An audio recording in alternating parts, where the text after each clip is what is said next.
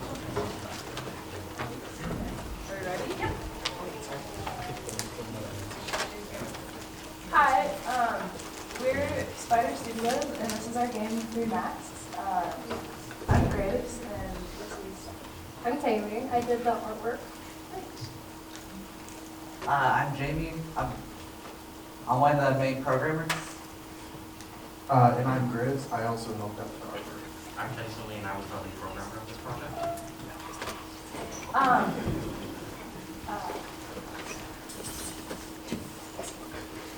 those are some others. That's some features we have. Jensen, do you want to go to the next slide? Next slide. Next slide. Sure. So our project was a long one.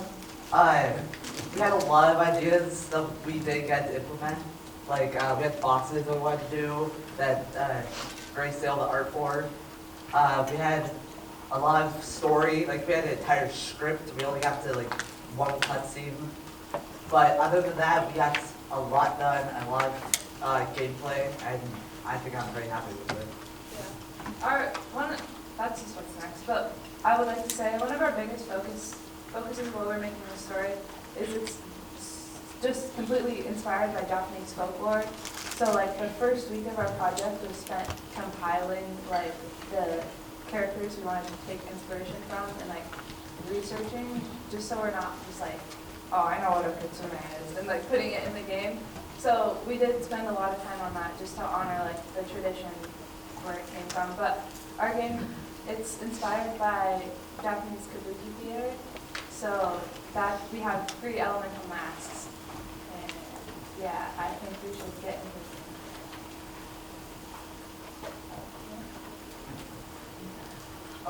Here's some of the character concepts I came up with. We have our main character, Shihori, with her many sprites. Took me a lot of time because I'm rusty, but I think it's good for what we wanted to get done. We have her little brother right next to her that we sadly weren't able to put in, but we hope to in the future. And here are just some concepts by both me and Grace for our school shop, where we have our poster art on the left and then our sticker design on the right. And yeah, here are some of the masks I created as well. I picked the Kitsune, Kappa, and then an Oni, but with some more bowl elements, because I thought it'd be more iconic. And just some general sketches. I did the environment and level design, and all of the assets were done in Blender. And yeah, here's some screenshots and models. Thank you.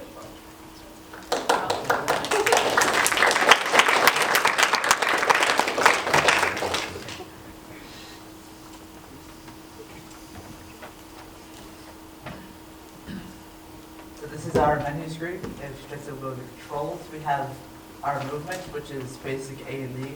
This is a 2D platformer inspired game with some combat elements. And one of the main parts of our game is along with 3 masks, we also have 3 different art styles, as we saw in the slideshow. We have Grace, who did all the rigged 2D rigged enemies. Grizz, which is frame-by-frame animations for the player, and then Taylor did 3D modeling for all the environments. This is our tutorial level. We have timer down the bottom left. We have our health in the top left, and our masks up in the top right. We had a lot of scaling issues with Shihori, at least in the tutorial level, that I tried to fix but couldn't. In the first level, you do not have any masks or sword, and you will acquire that after the first cutscene. So the first part of this game is just basic platformer, Mario style. There's a lot of, yes, the music is awesome. Jensen compiled all of the music, or found all the music from free sources and added them into the game. The scroll wheel at the top right will end up showing our masks. Jensen did all the player controls and a lot of the UI elements. I did a lot of the cutscene stuff as well as level transitions. Here is the dialogue system that I spent half of our project working on. I spent most of my time developing this system. It took me 4 tries, but I'm really happy with how it came out. Grace found a way to implement our own font that we could add for ourselves. And we have all 3 art styles represented here. Grizz with Shibori, Grace with Old Man Kappa, and Haley with background.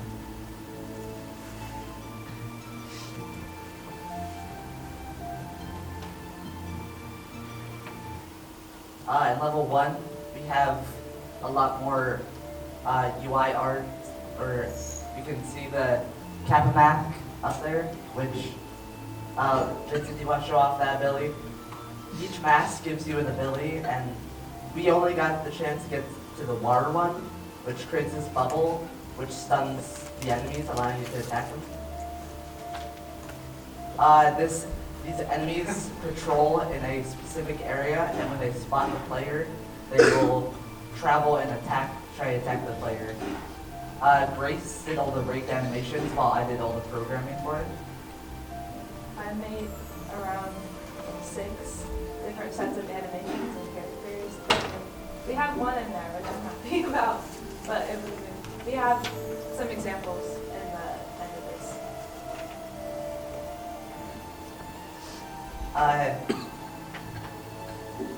Yeah, a lot of this took a lot of collaboration, and we were a group in a 2-week project where we had to learn, which was our first group project, and that we learned a lot of lessons from, of communication, and make sure we work on our own branches and communicate about what scenes we're working in, what scripts we're working on, which we improved on a lot, and we only had 1 hiccup during this entire project, which I am really happy about. These levels took, you designed the levels themselves, right? Or, yeah, Haley did. This is our game over screen that Grace drew. It will just take you straight to the title screen, which, if you want to go back and play level 1 again. Or, actually, that works. Yeah, let's just end on Yeah, do you want to do this? Jensen, I think at the end of this level, there's the examples of it. Yeah, that. Did we not get music into this level? I don't think we ended up. Okay. Those are Rocky and Echo, which are like foolish cats, I guess. That's our Kitsune bots. This would have been our fire level, and yeah, I think that's about it. Awesome, thank you so much.